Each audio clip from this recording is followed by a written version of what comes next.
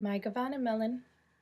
So in this video, I'm going to discuss the similarities between J.R.R. Tolkien's Elves and the Pleiadians.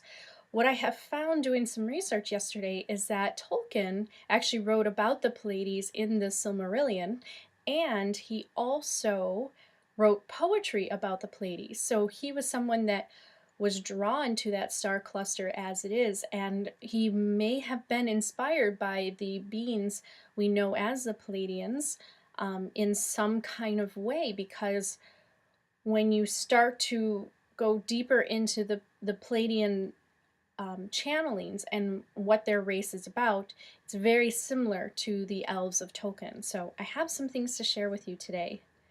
All right, so let's first go back into history and learn that the Pleiadians were actually a faction of the original Lyrans. So the Lyrans and the Pleiadians are actually, they are relatives. The Lyrans are the ancient ancestors of the Pleiadians, and the Pleiadians started their own civilization in the Pleiades star cluster.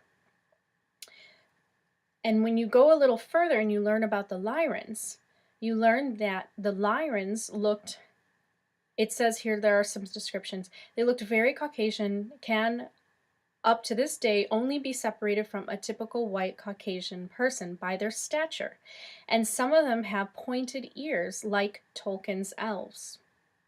Okay, so I started to see that some videos on YouTube were suggesting that the Lyran beings were elven-like and had pointed ears. So I started digging further and I found out that the Lyrans were the ancestors of the Pleiadians. Now, when I go to TolkienGateway.com, I learned that this is where Tolkien wrote about the Pleiades. It says, though not mentioned specifically as Pleiades, Ramareth's origin is likely the same to that of other constellations. It was created by Varda to signal the elves to Valinor in the Third Age. It could be clearly seen in the eastern sky during the autumn. Ramareth is quite accurately translated with its Westron name, the netted stars or the netted jewels. It's been translated as group of gems in a net and group of jewels caught in a net. Two other names were used for Pleiades at early stages of the legendarium, which means fly cluster. Okay, so it says Ramareth is identified as the constellation Pleiades. So someone then wrote an update and said that it has been identified as the constellation Pleiades. Now, and I believe that's because when you go and you analyze Tolkien's earlier work, it says Tolkien, a critical assessment. So Tolkien wrote poetry as well as the Lord of the Rings. He was not just an author of that book. And he wrote this. This is a poem from him. O gentle time, when the late mornings are bejeweled with rim, and the blue shadows gather on the distant waves, the fairies know thy early crystal dusk. They know the season of the brilliant night, when naked elms entwine in cloudy lace. The Pleiades and long-armed poplars bar the lights of golden rondoured moons with glorious face. Okay, so now we're starting to see that he actually does name the Pleiades. So then now it is known as the netted stars, which are the 7 star clusters of the 7 sisters, are being identified as the Pleiades. Now, something very interesting and a parallel here. This is why I think that Tolkien had in mind, or at least was very inspired by the Pleiadians, because this was written by adamapollo.info. Listen to this. A brief introduction about the Pleiadians.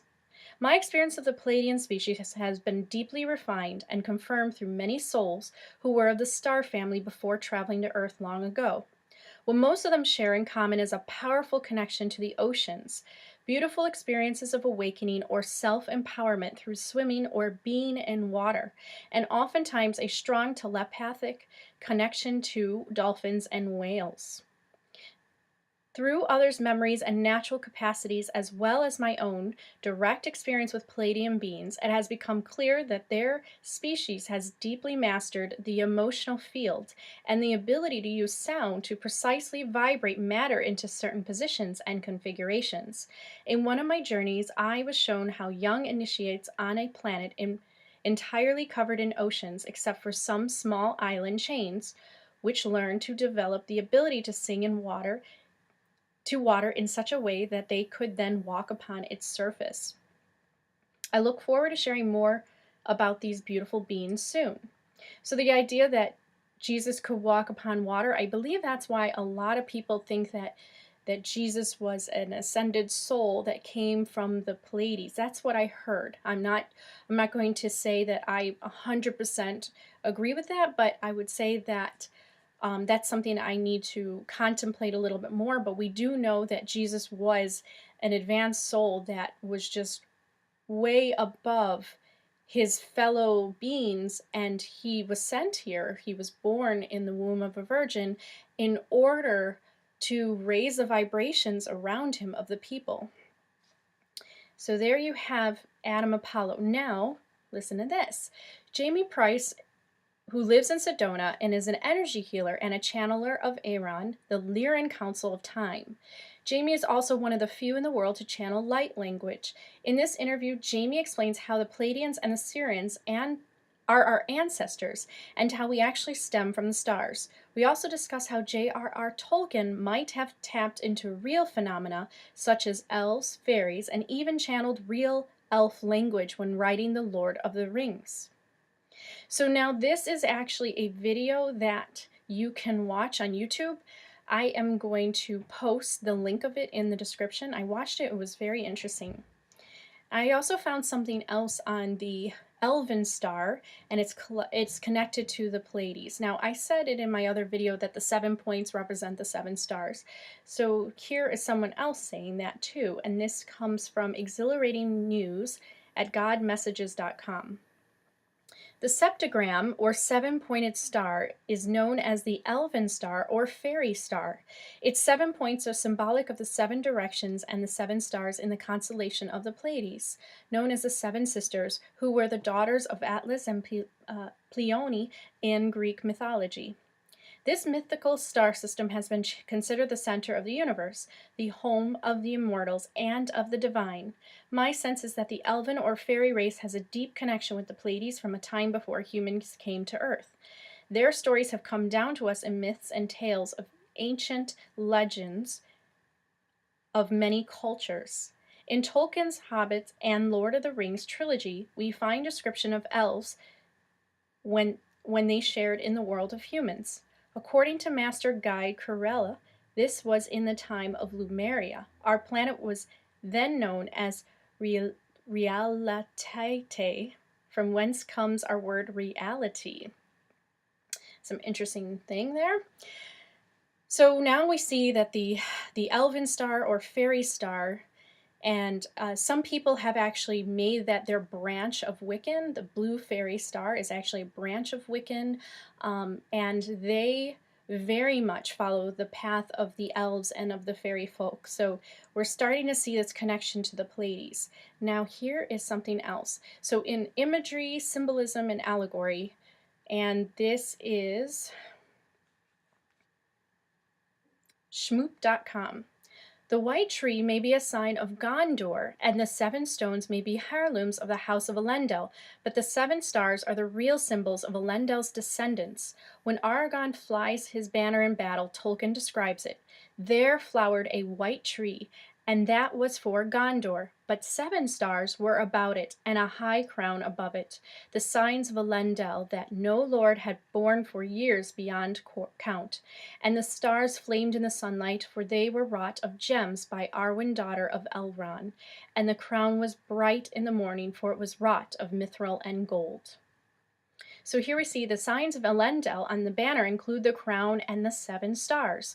Of course, there is a real-life constellation with 7 stars. The Pleiades, also known as the 7 sisters, Could it be that Pleiades gave Tolkien the idea for this image? Maybe, but The Lord of the Rings is also full of star symbolism that ties stars to both goodness in general and elvishness in particular.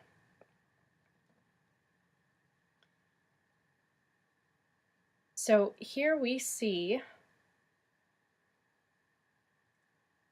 that we're starting to see this connection here. Now, this is actually on a website that is trying to put forth the elven path as almost like a way of life, as almost like a religious path. And so they have a website called elvenspirituality.wordpress.com. So we were thinking on the same wavelength there in a way, about how you can make the elven consciousness your way of life, your way of applying wisdom, and your way of being connected to nature and feeling very elven-like in rising your consciousness and vibration above the earth in order to inspire and heal others. So here we see November 21st is the Gregorian date that the Elven Path has assigned this observance, which means it is not one of the 7 feasts in Tolkien's calendar in the appendices of Return of the King. However, it's also the first day of the Elven winter. The Elven calendar has 6 seasons, with the ones bearing the solstices being the longest. At midnight this night, the Pleiades, called Remereth by the Elves, meaning netted road, is directly overhead. The description of the starry sky was shown in the Silmarillion to be very much like this time of year when the Elves were first awoken on Arda, or Middle Earth, in the waters of awakening, or known as Lake Kolvienen. Thus, this is our reason for the Elven's Path observance at this time. Okay, so there you have it. That the Pleiades were very much connected to the stars that symbolize the awakening of the elves on Middle Earth. And actually they were almost born, it almost suggests that they were born from the light of the stars, as we know that all beings kind of come from the stardust. So Tolkien was trying to say that as well, that the elves were the ones that came from the Pleiades, and were born from the stars and then appeared on Middle Earth and carried the vibrations of harmony within their frequency because of the Anur singing coming from Eru Iluvatar. And here we learn that the way that we are starting to learn about how the Pleiadians are basically just older ancient races of humanoids, we are seeing that Tolkien kind of tapped into something here, that he was inspired to see the elves as an advanced race of man. And here's what it says. So it says, the elves, the Tolkien's elves, were representing the state of man in Eden who have not yet fallen, similar to humans, but fairer and wiser, with greater spiritual powers, keener senses, and a closer empathy with nature. Tolkien wrote of them, "They are made by man in his own image and likeness, but freed from those limitations which he feels most to press upon him. They are immortal, and their will is directly effective for the achievement of imagination and desire."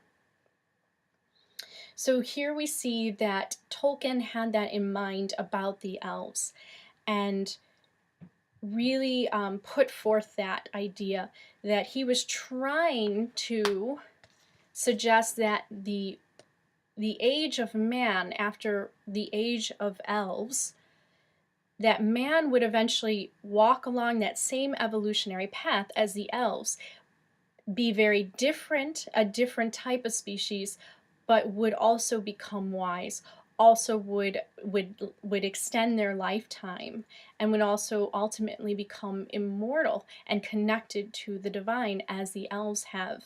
So there we see that deep connection. I'm going to leave you with a beautiful quote about the Eldar and the water, and that's why people who feel like they're a Pleiadian starseed, they might feel very connected to the water. Here it is. "It is said by the elder that in water their lives, There lives yet the echo of the music of the Yanur more than in any substance that is in this earth, and many of the children of Iluvatar hearken still, unsated to the voices of the sea, and yet know not for what they listen. Okay, so that is a quote by JRR Tolkien from the book The Silmarillion, which is a wonderful book. You need to read it if you want to understand what I'm talking about. And if you're new to my channel, please read that book. It's just wonderful. So I hope you enjoyed this comparison. Once again, everything is kind of vague, and it's just kind of lightly suggested that he had the Pleiadians in mind. But I have to tell you, my channel has taken on a deeper tone and has included the Pleiadians because I have been awakening to my starseed soul. And while walking on the Elven consciousness path and delving deeper into the way that the elves would act upon Earth and how they would heal and how they would help Mother Earth, this is something that I have connected to the Pleiadian consciousness as well, and I'm starting to see the connections that Tolkien had as well with the Pleiadians. So, Hen and Lei for watching, and I hope to see you in the next video.